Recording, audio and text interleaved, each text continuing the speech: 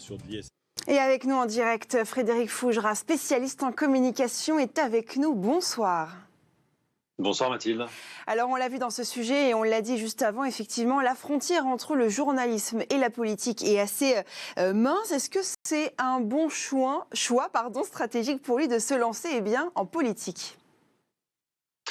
Déjà, on peut dire que c'est un bon choix pour le Front National parce que ça permet de faire parler de leurs deux têtes de liste. Donc ça permet de faire du buzz, ça permet de faire de la publicité sur une région et notamment sur une ville, Paris, où le Front National est historiquement très peu représenté. Donc un très bon choix pour un mouvement politique. Après, pour le journaliste, c'est un choix personnel. Il veut s'engager en politique. C'est son choix d'un côté et c'est son droit de l'autre.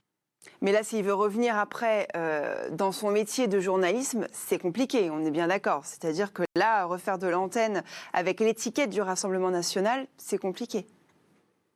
Alors c'est compliqué, en fait, avec n'importe quelle étiquette politique. À partir du moment où vous êtes connecté, vous avez une connotation politique, ça devient compliqué. Mais dans le journalisme, il y a beaucoup de choses à faire. Notamment, il peut être éditorialiste, il peut représenter une tendance politique parmi d'autres sur un plateau. Donc c'est plus compliqué.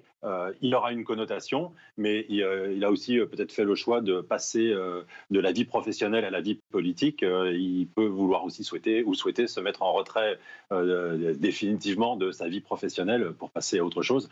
Mais oui, ça sera compliqué, mais c'est pas pour autant impossible. C'était prévisible qu'il se lance comme ça en politique ?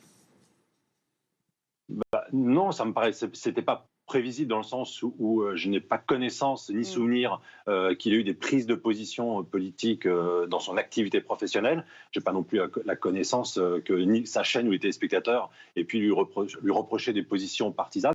Donc il semble avoir été parfaitement intègre dans son et neutre dans son activité de journaliste. Donc, c'était pas prévisible, non, pas à ma connaissance en tout cas. Mais est-ce qu'il a ses chances concrètement en politique ? On sait que voilà, il est journaliste au départ. Le journalisme n'est pas le métier préféré chez les Français. Donc, est-ce qu'il a ses chances ? Oui, il a ses chances. Alors, vous avez raison d'abord, le métier de politicien, comme le métier de journaliste et comme le métier de communicant, font partie des métiers les plus détestés par les Français. Oui. Je ne vous en donnerai pas les explications, je ne les connais pas forcément. Mais donc, voilà, ça c'est une chose et ce n'est pas de chance pour nous. Mais enfin, lui, il a toutes ses chances. C'était un journaliste qui était présent à l'antenne. Il avait quand même une visibilité assez réduite. Donc, peut-être que ce n'est pas un atout énorme en termes d'image.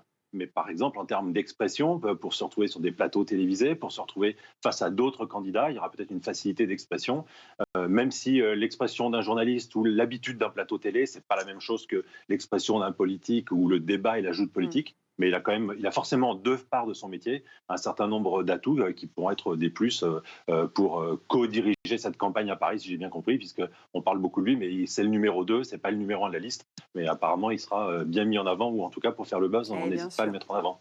Philippe Ballard, donc on le rappelle, tête de liste pour les régionales à Paris, sous l'étiquette du Rassemblement national. Merci beaucoup Frédéric Fougera d'avoir été avec nous en direct. Et puis c'est un sujet